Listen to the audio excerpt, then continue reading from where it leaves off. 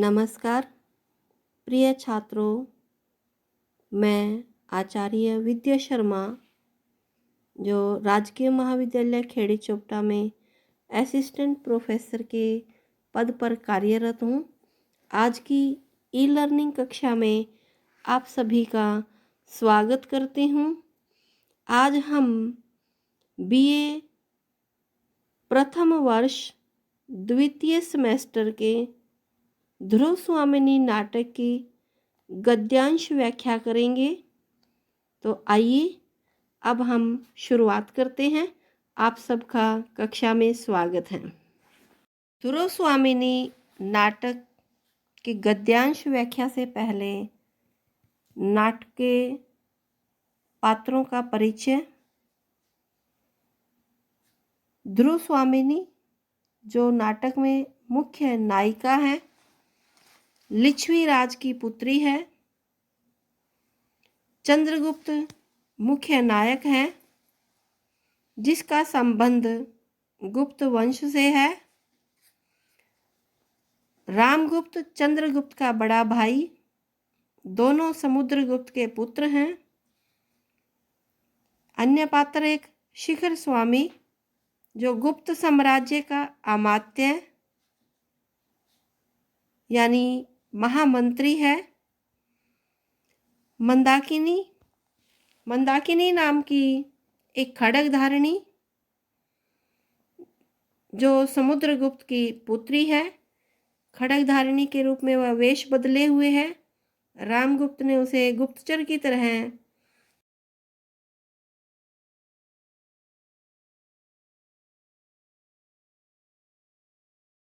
रखा है। मंदाकिनी को प्रतिहारी संदेशवाहक है। परिचारिका दासी।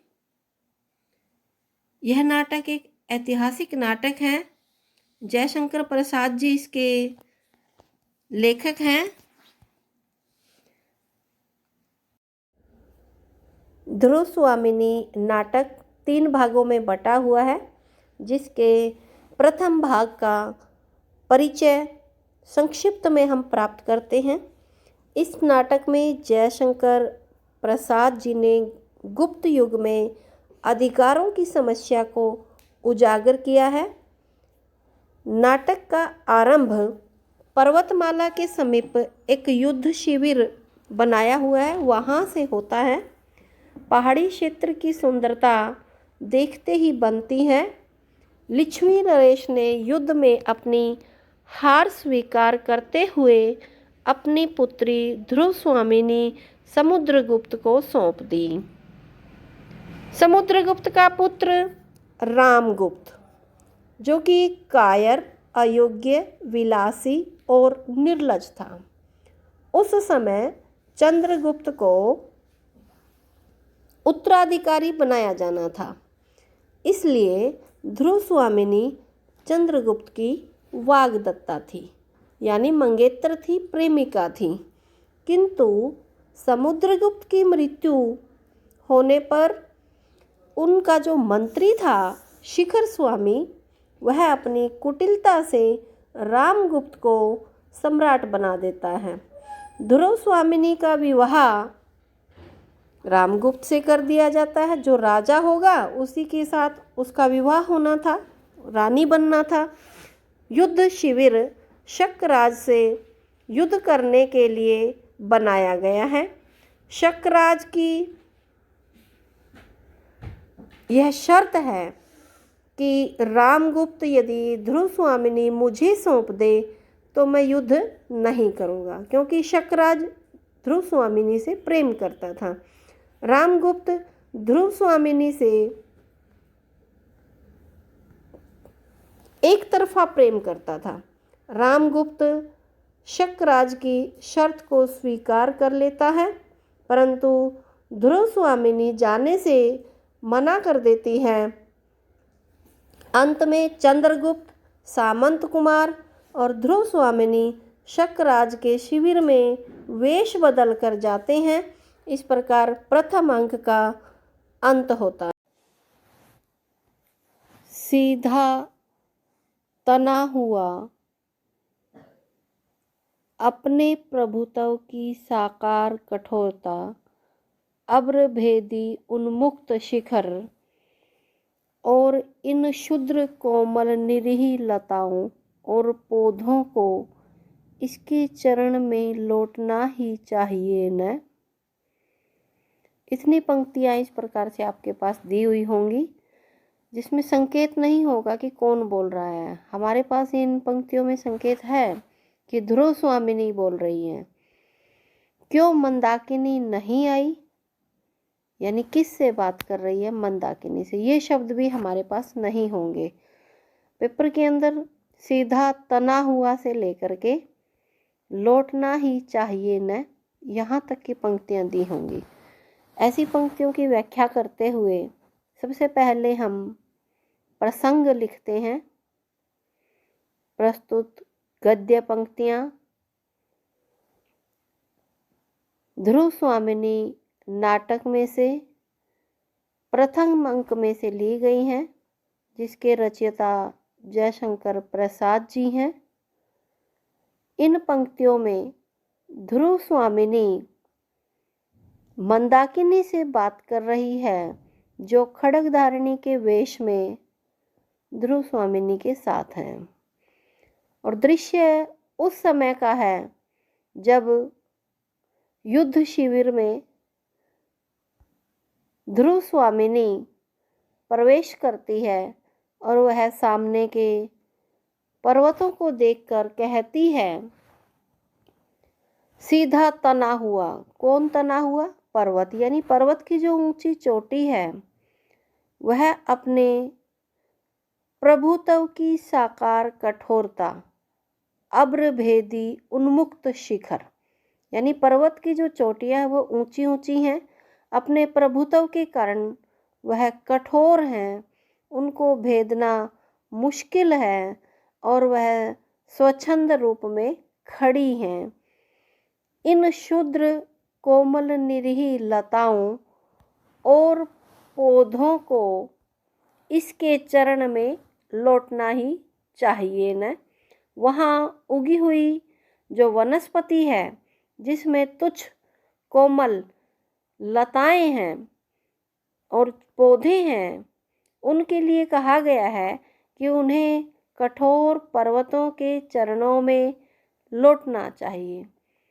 कहने का भाव क्या है कि जो गुप्त साम्राज्य है, उस गुप्त साम्राज्य की सामाजिक राजनीतिक स्थिति को उजागर किया है इन पंक्तियों में कि जो पुरुष प्रधान समाज है वह कठोरता का प्रतीक है और जो नायिका है वह कोमल निरीह लताओं के समान है।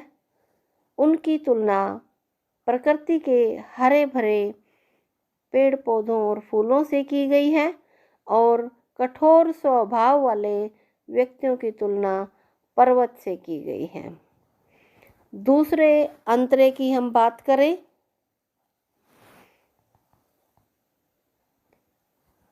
जिसमें पंक्ति है हमारे पास, देवी प्रत्येक स्थान और विषय बोलने के योग्य नहीं होते। कभी कभी मौन रह जाना बुरी बात नहीं है। मुझे अपनी दासी समझिए, अवरोध के भीतर मैं गूंगी हूँ। यहाँ संदिग्ध न रहने के लिए ऐसा ही करना पड़ता है। सबसे पहले प्रसंग होगा, लेकिन दोबारा प्रसंग को न दोहराते हुए प्रसंग की अंतिम पंक्ति कि कौन किस से बोल रहा है, ये पंक्तियाँ खड्गधारिणी जो मंदाकिनी है वह ध्रुव स्वामिनी से कह रही है। जब ध्रुव स्वामिनी उससे बोलती है, कहती है कि तुम चुप क्यों हो, बोलती क्यों नहीं हो, मेरी बात का उत्तर दो, तो उस समय खड्गधारिणी ध्रुव स्वामिनी को कहती है चारों तरफ देख करके क्या कहा कि हे देवी, प्रत्येक जगह और समय बोलने के लिए उचित नहीं होते। कई बार चुप रहना ही उचित होता है। मौन रहना कोई बुरी बात नहीं है और आप मुझे अपनी दासी ही समझिए।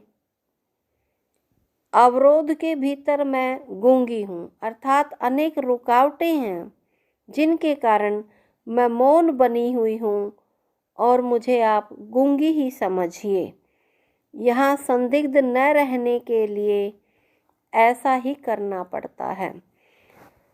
राजा के दरबार के माहौल को उजागर करती हुई खड्गधारिणी कहती है कि यदि मैं गूंगी बनकर नहीं रहूंगी तो शंका के दायरे में आ जाऊंगी, मुझ पर संदेह किया जाएगा और यदि मुझे संदिग्ध बनने से बचना है, मेरे ऊपर किसी प्रकार का संदेह ना हो, इसलिए मुझे गूंगी ही रहना पड़ेगा, अर्थात मुझे अपनी बोलती बंद रखनी पड़ेगी। खड्गधारिणी को रामगुप्त ने गुप्तचर के रूप में ध्रुव स्वामिनी के पीछे छोड़ा हुआ है ताकि वह वेश बदलकर, क्योंकि वह मंदाकिनी है, वेश बदलकर खड्गधारिणी के रूप में उसके साथ रह रही है और वह उस पर निगरानी रख सके कि वह चंद्रगुप्त की प्रेमिका के रूप में अब भी चंद्रगुप्त से प्रेम करती हैं या नहीं। इस बारे में जानने के लिए रामगुप्त ने ही खड्गधारिणी को ध्रुव स्वामिनी के साथ छोड़ा हुआ है। इन पंक्तियों में गुप्त वंश की जो संदेहशील प्रथा है, विचारधारा है, उसके बारे में प्रकट किया गया है। वह महिला का, नारी का जो स्थान है, जो शंकाग्रस्त रहती है, इस बात को भी स्पष्ट किया गया है। तीसरा जो गद्यांश है हमारा, जिसमें पहले गद्यांश को हम पढ़ते हैं। भला मैं क्या कर सकूंगी, मैं तो अपने ही प्राणों का मूल्य नहीं समझ पाती। मुझ पर राजा का कितना अनुग्रह है, यह भी मैं आज तक न जान सकी। मैंने तो कभी उनका मधुर संभाषण सुना ही नहीं। विलासिनियों के साथ मदिरा में उन्मत्त, उन्हें अपने आनंद से अवकाश कहाँ। हमारे पास इस प्रकार से पंक्तियाँ दी हुई होंगी। तो बच्चों, पंक्तियों को पढ़ करके हमें यह आभास करना है कि ये पंक्तियाँ किस अंक से ली गई हैं, क्योंकि ध्रुव स्वामिनी के 3 अंक हैं। मैं प्रथम अंक के ही गद्यांश की व्याख्या कर रही हूँ। जिस प्रकार से कोई भी विषय वस्तु जो हमारी रुचि की हो, हम उसको यदि बार बार पढ़ते हैं तो हमें एक नया अनुभव प्राप्त होता है। इसी प्रकार से यदि आप नाटक को बार बार पढ़ोगे तो पंक्तियों से रूबरू हो जाओगे कि कौन सी बात कौन बोल रहा है और किस से बोल रहा है। तो ये पंक्तियाँ ध्रुव स्वामिनी बोल रही है और खड्गधारिणी यानी मंदाकिनी से बात कर रही है। जैसा कि पिछले अंतरे में बताया गया, पिछले गद्यांश में बताया गया कि जो मंदाकिनी है उसे रामगुप्त ने ही ध्रुव स्वामिनी के पीछे लगाया हुआ है ताकि वह पूरी जानकारी रख सके कि वह चंद्रगुप्त से प्रेम करती है या नहीं। इसी विषय में आगे बात को बढ़ाते हुए मंदाकिनी ध्रुव स्वामिनी को उकसाती हुई चंद्रगुप्त के विषय में ही बात करती हैं, पर ध्रुव स्वामिनी उसके प्रत्युत्तर में क्या कहती है कि मैं चंद्रगुप्त का क्या भला कर सकूंगी, मैं तो अपने ही प्राणों का मूल्य नहीं समझती हूँ, क्योंकि मुझे मेरा ही नहीं पता है कि मैं कैसे अपना जीवन जी रही हूँ, मेरे जीवन का मूल्य क्या है, मेरा अस्तित्व क्या है, मेरा महत्व क्या है। मुझ पर राजा कितनी कृपा करते हैं, कितनी अनुकंपा करते हैं, मेरा कितना अनुग्रह मानते हैं, इस बात का मुझे तनिक भी एहसास नहीं है। मैं आज तक इस बात को नहीं जान पाई हूँ कि राजा मुझे कितना चाहते हैं और कितना मेरी बात को मानेंगे। मैंने तो कभी उनका मधुर संभाषण सुना ही नहीं। प्रेम से मेरे साथ बातें करते हुए महाराज को मैंने कभी देखा ही नहीं। वह तो विलासिनियों के साथ मदिरा में उन्मत्त, उन्हें अपने आनंद से अवकाश कहाँ। महाराजा रामगुप्त जो मदिरा में मस्त रहते हैं, मदमस्त रहते हैं और विलासिनियों के साथ विलास करते हैं, उन्हें अपने ही आनंद से फुर्सत नहीं है, तो मेरी बात कहाँ सुनेंगे। कहने का भाव यह है कि रामगुप्त पत्नी प्रेमी न होकर केवल विलासी प्रवृत्ति का व्यक्ति है। उसे समाज से, सभा से, वह अपने परिवार से कुछ लेना देना नहीं है। वह केवल और केवल अपनी ही मस्ती में डूबा रहता है, विलासी प्रवृत्ति का है। इसलिए विशेषता के आधार पर यदि हम कहें तो यहाँ गुप्त वंश के उस राजा की विलासी प्रवृत्ति को इन पंक्तियों में उजागर किया गया है।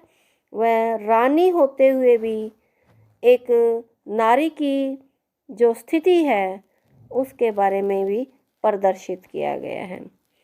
इन गद्यांशों की व्याख्या करते हुए एक बात मैं और आपसे कहना चाहूँगी।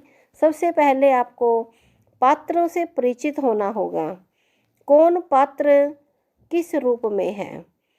जैसे कि रामगुप्त है, रामगुप्त गुप्त वंश के राजा समुद्रगुप्त जिनका ज्येष्ठ पुत्र है, और चंद्रगुप्त उससे छोटा यानी कनिष्ठ है। दोनों में से रामगुप्त जो है मंद बुद्धि का है, चंद्रगुप्त कुशाग्र बुद्धि का है। राजा सम्राट समुद्रगुप्त चंद्रगुप्त को ही राजा बनाना चाहते हैं, लेकिन इनका जो मंत्री है शिखर स्वामी, महाराजा समुद्रगुप्त की मृत्यु के बाद अपनी दांव पे चला करके रामगुप्त को राजा बनाने में सफल हो जाता है। परंतु रामगुप्त एक अच्छा शासक भी साबित नहीं हो पाता और ध्रुव स्वामिनी जिसका विवाह जो राजा बनेगा उसी के साथ निश्चित हुआ था, मन ही मन वह चंद्रगुप्त से प्रेम करती हैं, चंद्रगुप्त को ही अपना स्वामी मानती थी। लेकिन परंपरा के अनुसार जो राजा होगा उसी के साथ उसका विवाह किया जाएगा, ऐसा सलूक माना गया था। तो रामगुप्त राजा होने के कारण ध्रुव स्वामिनी का विवाह रामगुप्त से ही हुआ था। प्रस्तुत गद्यांश जयशंकर प्रसाद द्वारा रचित ध्रुव स्वामिनी नाटक उसके प्रथम अंक से उद्धृत है। इन पंक्तियों की नायिका ध्रुव स्वामिनी है। शिखर स्वामी जो अत्यंत स्वार्थी और कूटनीतिज्ञ हैं, वह रामगुप्त की हर बात में हाँ मिलाता है। वह शकराज की संधि की शर्त को मानना राष्ट्रहित के लिए अनिवार्य समझता है। वह मानता है कि ध्रुव स्वामिनी को शकराज के पास उपहार रूप में भेजने से राष्ट्र का संकट टाला जा सकता है। वह ध्रुव स्वामिनी को उपहार रूप में भेजने की व्यवस्था करता है। उसके इस कायरतापूर्ण एवं कूटनीतिपूर्ण कथन को सुनकर ध्रुव स्वामिनी उसे फटकारती हुई कहती हैं। पुरुषों ने स्त्रियों को पशुओं के समान अपनी संपत्ति समझकर उन पर अत्याचार करना शुरू कर दिया है। जिस प्रकार पशु की इच्छा के बिना उसे किसी के भी हाथों में बेचा जा सकता है, उसी प्रकार पुरुष नारी को भी उसकी इच्छा जाने बिना उसे किसी भी पुरुष के हवाले कर सकता है। पुरुषों ने स्त्रियों पर ऐसा अत्याचार करने का जो अभ्यास बना लिया है अथवा नारी जाति पर अत्याचार करने की पुरुष की जो आदत बन गई है उसे मैं सहन नहीं कर सकती। ध्रुव स्वामिनी अपने स्वाभिमान की रक्षा करती हुई कहती है कि यदि तुम मेरी रक्षा नहीं कर सकते या तुम इतने कायर हो कि अपने कुल की मर्यादा की रक्षा के लिए भी नहीं लड़ सकते और अपने कुल की नारी के गौरव और उसके सम्मान की रक्षा नहीं कर सकते, तो तुम्हें मुझे बेचने का भी अधिकार नहीं है। जो व्यक्ति किसी की रक्षा नहीं कर सकता तो उसे किसी को बेचने का अधिकार नहीं है। यदि मेरे यहाँ रहने से तुम लोगों को कोई संकट हो या कोई दुख हो तो मैं तुम्हारे इस संकट को दूर करने के लिए स्वयं ही यहाँ से चली जाऊंगी। गद्यांश की विशेषताएं। ध्रुव स्वामिनी के स्वाभिमान की भावना की अभिव्यक्ति हुई है।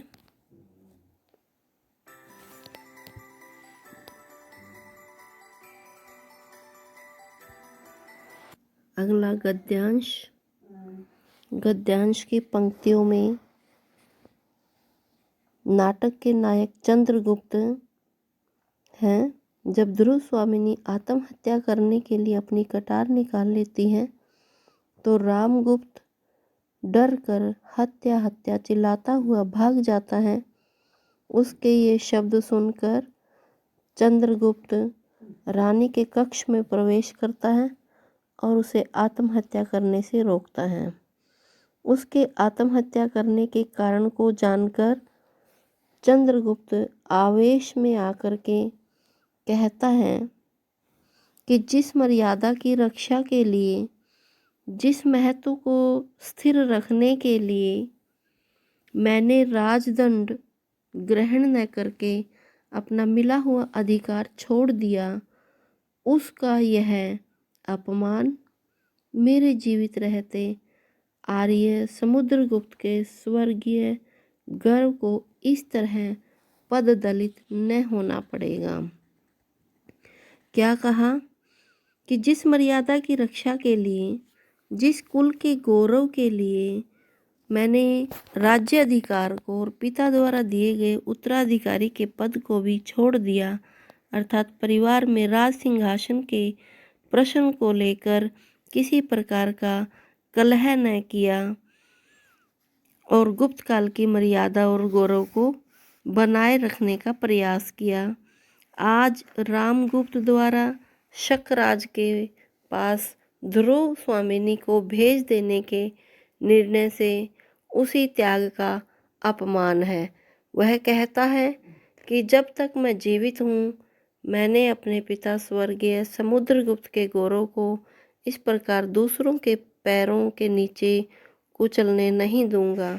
मेरे जीवित रहते समुद्रगुप्त के गौरव को कोई अपमानित नहीं कर सकता है। इन पंक्तियों में चंद्रगुप्त के मन में स्थित कुल मर्यादा और गौरव के प्रति सम्मान का परिचय मिलता है। भाषा सहज है, सरल है, वह विषय के अनुकूल है।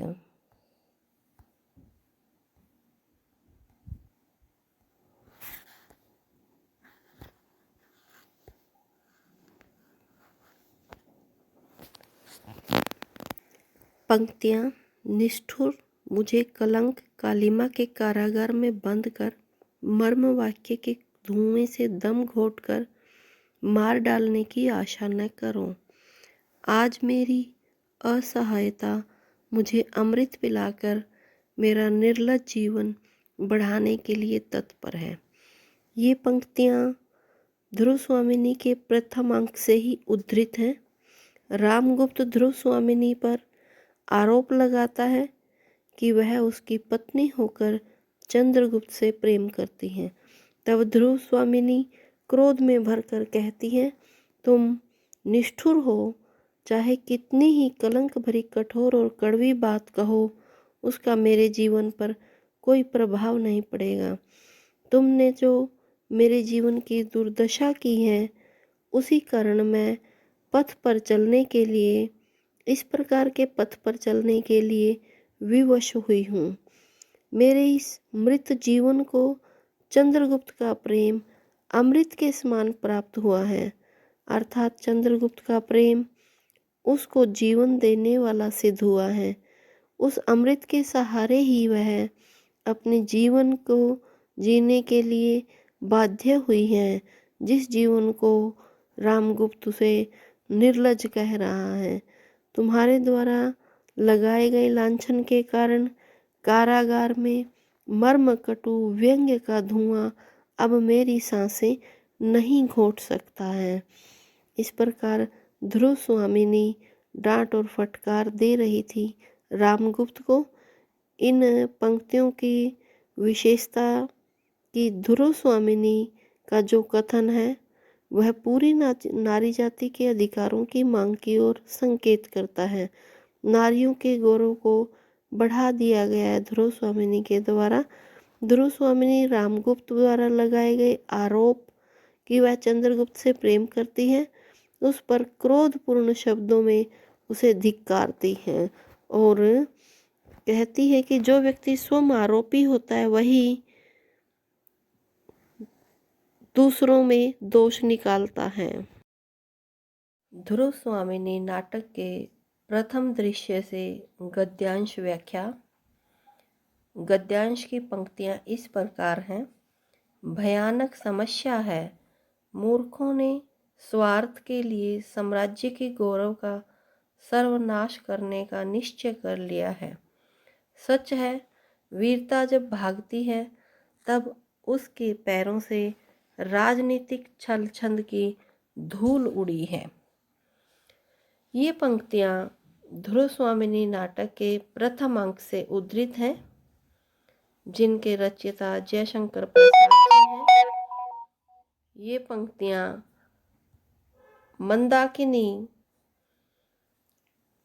मंदाकिनी के स्वकथन के अंश हैं। मंदाकिनी स्वयं अपने आप से बोल रही हैं।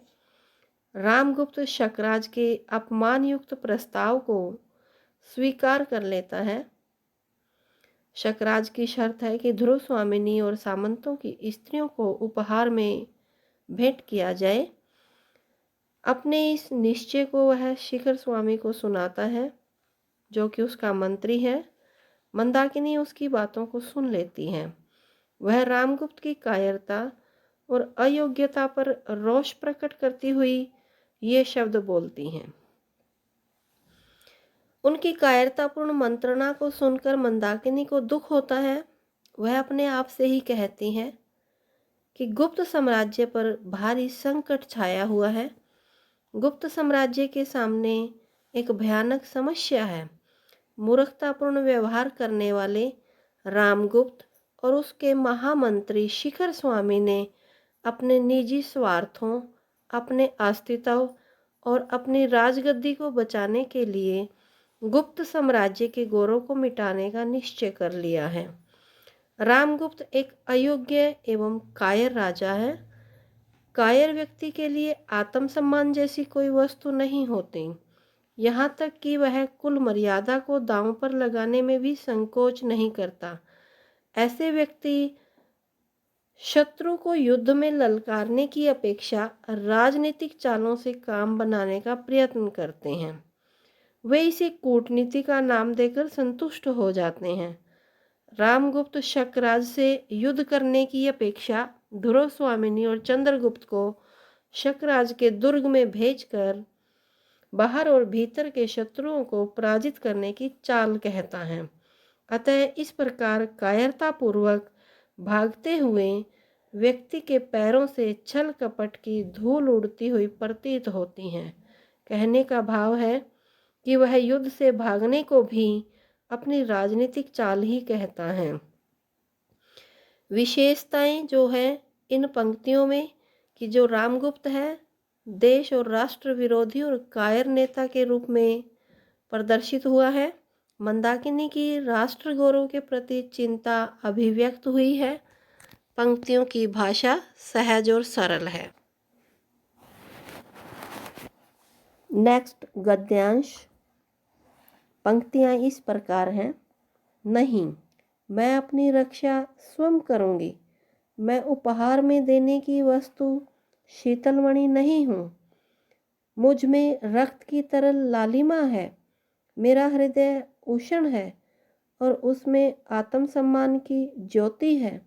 उसकी रक्षा मैं ही करूंगी। पंक्तियों को पढ़ने से हमें आभास होता है कि ये पंक्तियाँ स्वयं ध्रुव स्वामिनी के द्वारा बोली गई हैं। जब रामगुप्त एक नीच और कायर व्यक्ति की भांति अपनी पत्नी को शत्रु को उपहार में देने का निश्चय सुनाता है तो उसकी पत्नी महादेवी ध्रुव स्वामिनी में अपने आत्मसम्मान और नारीत्व की रक्षा की भावना जाग उठती है। वह अपने निर्लज एवं कलीव पति राजा रामगुप्त को फटकारती हुई ये शब्द बोलती है। जब अपने पति रामगुप्त के चरणों में गिरकर अपने नारीत्व की रक्षा की वह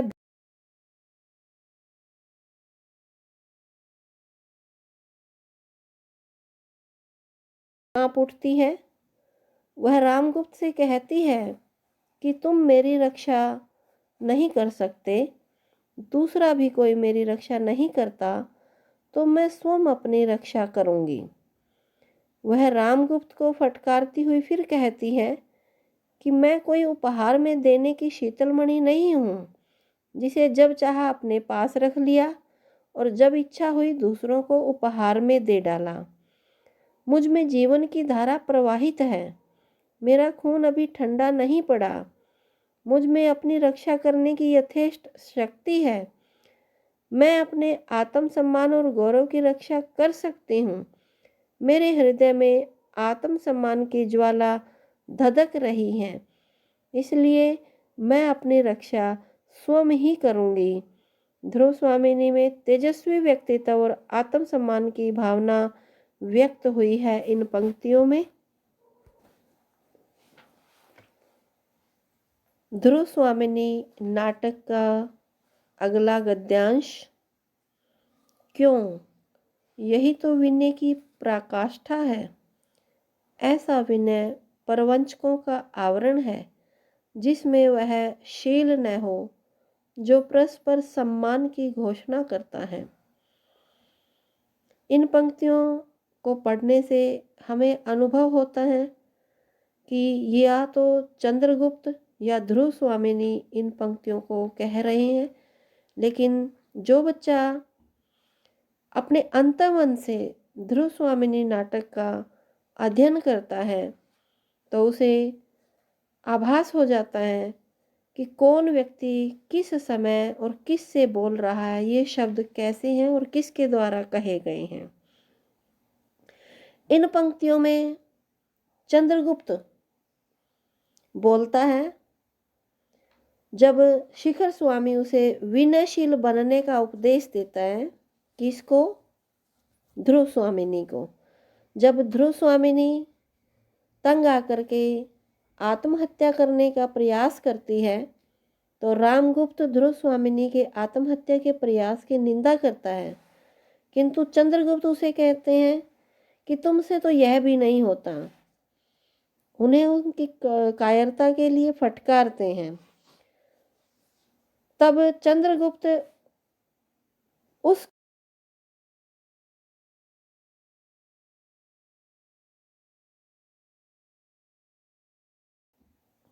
कि तुमने महारानी को शक्राज को देने की संधि की शर्त स्वीकार कर ली है, तो क्या यही विनय की चरम सीमा है? अर्थात शत्रु के सामने घुटने टेक देना क्या तुम्हारा ये धर्म है? ऐसी विनय कायर छल कपटी लोगों के लिए अपनी दुर्बलता को छुपाने का एक बहाना है।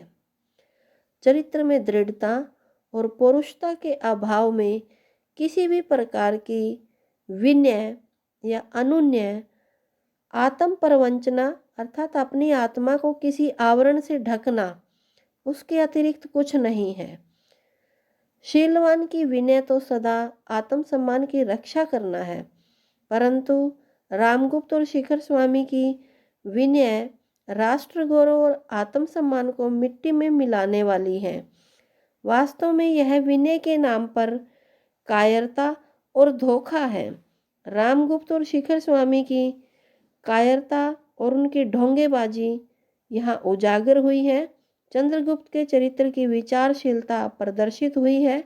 भाषा सहज है और भाव के अनुकूल है। ध्रुव स्वामिनी नाटक का अगला गद्यांश की पंक्तियाँ। तुम सुंदर हो, ओह कितनी सुंदर, किंतु सोने की कटार पर मुग्ध होकर उसे अपने हृदय में तो डुबो नहीं सकता। तुम्हारी सुंदरता, तुम्हारा नारीत्व अमूल्य हो सकता है, फिर भी स्वयं अपने लिए मैं कितना आवश्यक हूँ यह कदाचित तुम नहीं जानती। इन पंक्तियों में ध्रुव स्वामिनी की सुंदरता की चर्चा है और कौन कर रहा है इस सुंदरता की बड़ाई या प्रशंसा? रामगुप्त कर रहे हैं। रामगुप्त से जब ध्रुव स्वामिनी यह प्रश्न करती हैं कि आप मुझे शक्राज को क्यों सौंप रहे हो, क्या मैं सुंदर नहीं हूँ? तो ध्रुव स्वामिनी को ये बात बिल्कुल भी स्वीकार नहीं है कि शत्रु शासक के हाथों में उसे सौंपा जाए।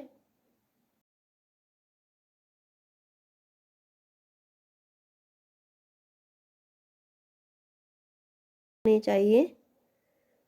तब रामगुप्त कहता है, वह सुंदर है, बहुत सुंदर है, लेकिन उसकी रक्षा के लिए अपने प्राण तो नहीं गंवा सकता मैं। जैसे सोने से बनी कोई कटार यदि सुंदर है तो उसकी सुंदरता की प्रशंसा की जा सकती है, परंतु उस पर मुग्ध होकर अपने हृदय के अंदर उस कटार का प्रहार नहीं किया जा सकता। ध्रुव स्वामिनी, तुम सुंदर हो, तुम्हारा नारीत्व भी अमूल्य है, लेकिन उसकी रक्षा के लिए मैं अपना अमूल्य जीवन नहीं दे सकता। वह ध्रुव स्वामिनी को उपहार स्वरूप शत्रु शासक को भेंट करने का निर्णय लेता है और मना कर देता है कि मैं तुम्हारी रक्षा के लिए अपने प्राणों की बलि नहीं दे सकता, क्योंकि मेरे प्राण मेरे राज्य के लिए हैं। जबकि ऐसा कहकर वह केवल अपने आप को छुपाने का प्रयास कर रहा है, वह कायर है।